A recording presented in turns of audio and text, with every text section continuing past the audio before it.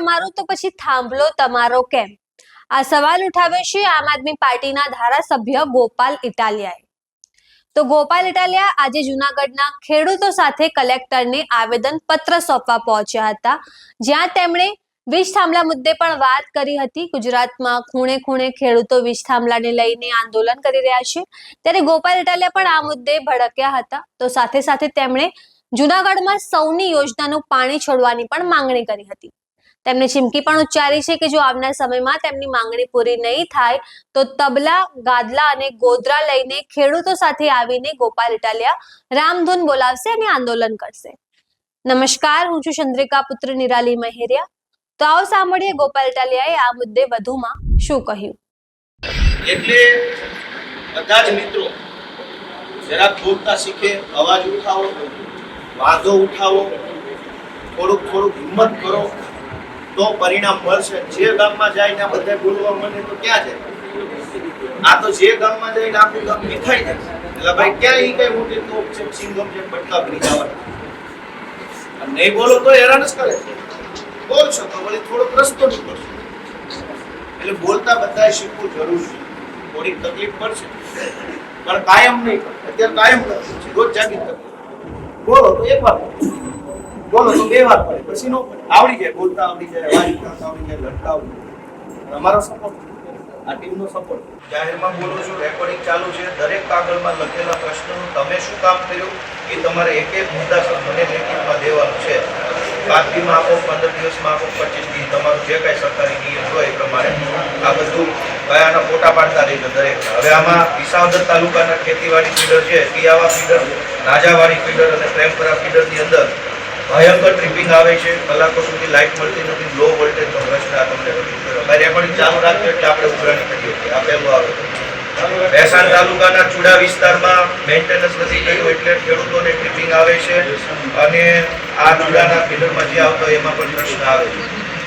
પછી મહેસાણા તાલુકાના ખેતીવાડી ફીડરની અંદર મહેસાણા ગામના અમુક ફીડરને બાદ કરતા તમામ જગ્યાએ અત્યારે ટ્રિપિંગનો પ્રશ્ન આવે છે. મહેસાણાના ફીડરમાં ચુડા ગામે મારુતિ ફીડરનો પ્રશ્ન છે, એનો ટાઈમ ફેરફાર કરવાની રજૂઆત છે. પછી આ છે 11 લાઇનના તાર નડતર રૂપ છે, હીરપરા મગનભાઈ કાલાવડ ચુડા ગામ, એની રજૂઆત છે. આંબાભાઈ ભોવાનભાઈ ગજેરા ચુડા છે, મોટી પાટી પાણીના ટાંકા પાસે છે, એમને ત્યાં ભયજનક રીતે 11 લાઇન પસાર થાય છે, ચેન્જ કરવાની અરજી આપે છે. આનું પણ નિરાકરણ લાવવાનું. આ મારુતિ ફીડરની આ તમારે ત્યાં ઇન્વોલ્વ કરાવેલી કોપી ઓરિજિનલ પાછી લાવશે. પછી વલ્લભભાઈ રણછોડભાઈ રાબડિયા રાવણી કુબા, એને અનેક વખત રજૂઆત કરી છે કે જીએમએમ સર્વિસ કેબલ બદલી 12 mm નો નાખી, એને કોઈ જવાબ આપતું નથી. એટલે આનું પણ નિરાકરણ આપણે લાવવાનું છે. ખેતીવાડી ફીડર કયા છે? કાલસારી, પીપળી, કુબા, જાંબુડા, નાની પીંડાખાઈ, કાનાવડલા, શોભાવડલા, લશ્કર, તિરુવટ, સુખપુર, રાવણકુબા, મોટા બલગામ, ઝાંઝેસર, ઘોડાસર, જેતલવટ, આ બધા જે ફીડરો જે આવે છે એમાં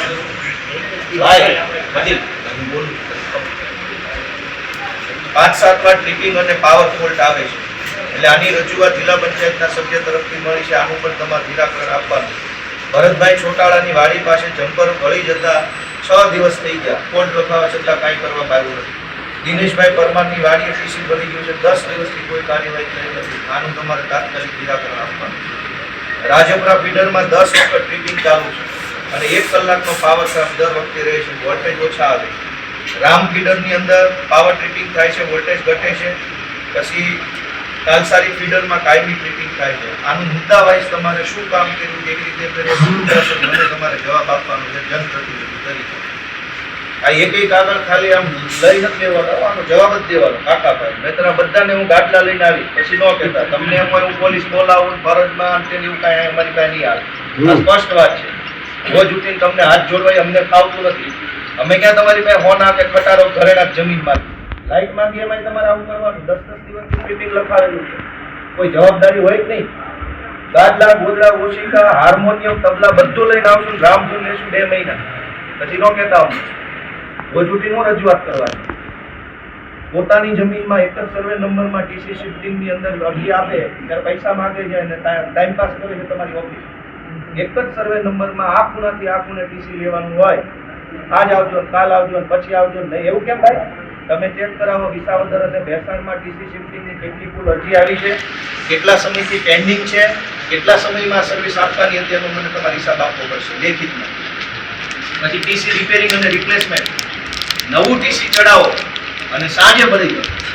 સવારે 10 વાગે ટીસી લગાવો, સાંજે ભરાવો, પછી ફોન લખાવો એટલે કાલ આવું, પમદી આવું, આજે આવું, પછી આવું, મહિનાઓ સુધી જવાબ નથી આપતા. તો ટીસી ફોલ્ટમાં કેવું કેટલી ફરિયાદ મળી, કેટલી ફરિયાદો પર કેટલા દિવસમાં કામ કર્યું, કેટલી ફરિયાદો 5 દિવસ કે 7 દિવસ કરતાં વધુ સમય પેન્ડિંગ છે, એનો તમારે મને ડેટા ડિટેલ માહિતી આપવાની છે. આવું તમારે સારું છે.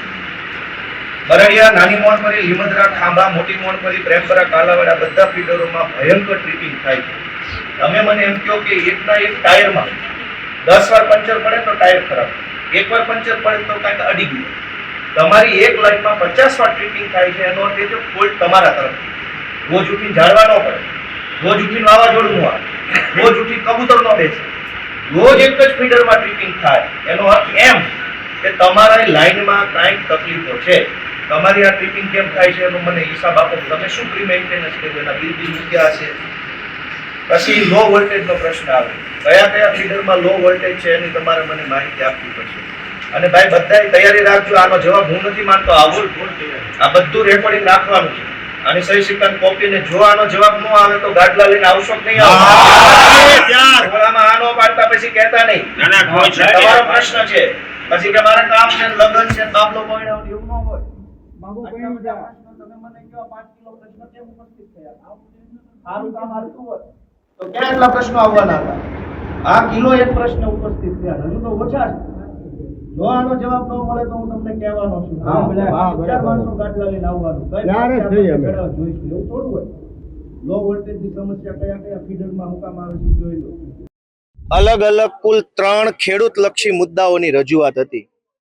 વધાવી ગામના ખેડૂત હિતરક્ષા સમિતિ તરફથી આ ખેતરની અંદર જે થાંભલાઓ નાખવામાં આવ્યા છે એની રજૂઆત, અને અમારા તરફથી વિસાવદર, ભેસાણ અને જુનાગઢ તાલુકાના તમામ ડેમ, તળાવો, વોંકળાઓ કે નદીઓમાં સૌની યોજનાનું પાણી નાખવા બાબતની રજૂઆત, અને જીઈબી દ્વારા ખેડૂતોને જે કનડગત થાય છે, વારંવાર લાઈન ટ્રીપિંગ થવી, ટીસી બળી જાય તો સમયસર બદલાવી ન આપવા, ટીસી રિપેરિંગ ન કરી આપવું, ટીસી ટ્રાન્સફર ન કરી આપવું, સમયસર સર્વિસ ન આપવી, ફોલ્ટ આવે તો ફોલ્ટ ઓફિસમાં ફોન કરે તો સરખા જવાબ ન આપવા, ફોલ્ટ લખવો નહીં, લખ્યા પછી અઠવાડિયા સુધી રિપેરિંગ ન કરવું, આવા બધા વીજળીના પ્રશ્નોની રજૂઆત આજે જુનાગઢ જિલ્લાના એક્ઝિક્યુટિવ એન્જિનિયરની સમક્ષ ખેડૂતોની હાજરીમાં કરી છે.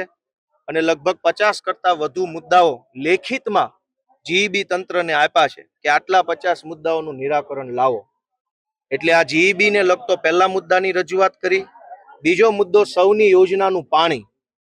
આજે વરસાદ નથી, ખેંચાયો છે, હવે પાક સુકાય છે અને એટલે પાકને બચાવવા માટે પાણીની જરૂર છે. આ પાણી વરસાદથી આવે એમ નથી તો કેનાલના માધ્યમથી, નદીના માધ્યમથી, વોંકળાના માધ્યમથી, સૌની યોજનાથી આવે તો ખેડૂતોનો લીલોછમ પાક બચી જાય. એટલે કલેક્ટર સાહેબને રૂબરૂમાં સૌની યોજનાના પાણીની રજૂઆત કરી છે. અને ખેડૂત હિતરક્ષા સમિતિ તરફથી રમેશભાઈના નેતૃત્વમાં આવેલા ખેડૂતો તરફથી આ થાંભલાઓ જે નાખી ગયા છે ખેતરમાં, જેતપુર, શાહપુર 66 કેવી અને 220 કેવી લાઈન જે નાખી છે, એમાં ખેડૂતોને એક પણ પૈસાનું વળતર ચૂકવ્યા વગર ખેતરમાં આડેધડ થાંભલાઓ વર્ષોથી નાખ્યા છે. ખેડૂતોની સ્પષ્ટ માંગણી છે કે ખેતર અમારું તો થાંભલો તમારો કેમ, અને તમારો થાંભલો અમારા ખેતરમાં નાખવો હોય તો પૈસા દેવા પડશે. આમ આજે જુનાગઢ જિલ્લાના ખેડૂતોની વિવિધ માંગણીઓને લઈ જુનાગઢ જિલ્લા કલેક્ટરશ્રીની કચેરીએ અમે આવ્યા. ત્રણેય મુદ્દાની રજૂઆત સંબંધિત અધિકારીઓને ખેડૂતોની હાજરીમાં જાહેરમાં કરી છે. આશા રાખીએ કે ખેડૂતોની પીડા સરકાર સુધી પહોંચે અને સંવેદનાથી સરકારી તંત્ર કામ કરે અને અમારા પ્રશ્નનું નિરાકરણ આવે એવી આશા રાખી. 2 કિલો સોનું માગ્યું, અમે ક્યાં ફોર્ચ્યુનર માગી, અમે ક્યાં ઘરેણા કે બંગલા માગ્યા, લાઇટ માગીએ છીએ. લાઇટ માટે પણ જીઈબી ના સાહેબોને ભૈસાબ બાપા કરવાનું, કગરવાનું, એવું તો ના ચાલે. દેશ હમણાં 15મી ઓગસ્ટે આઝાદી દિવસ ઉજવો, 80મો આઝાદી 80 વર્ષની થઈ આવી, અને અહીંયા તો જીઈબી વાળાની લાઇટ આવતી નથી.